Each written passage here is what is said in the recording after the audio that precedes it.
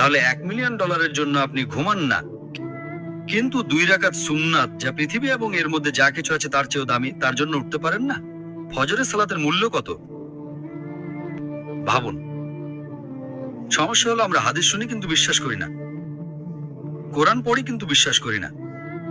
আল্লাহ বলেছেন, তাই আমি বলি আমি কখনোই আমার ফজর মিস করব না, এমনকি আমার সুন্নাত মিস করব না। কেউ আমাকে $1,000,000 দিলেও না। হ্যাঁ, সুন্নাত পড়া ফরজ নয়। আপনাকে যেটা বুঝতে হবে, যদি আপনি সত্যিই বিশ্বাস করেন, আপনি কি জানেন ব্যবসা কোনটা?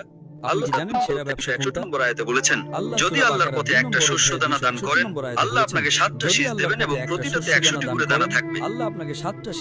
তার মানে একটা দানা 700 গুণ হয়ে যায়।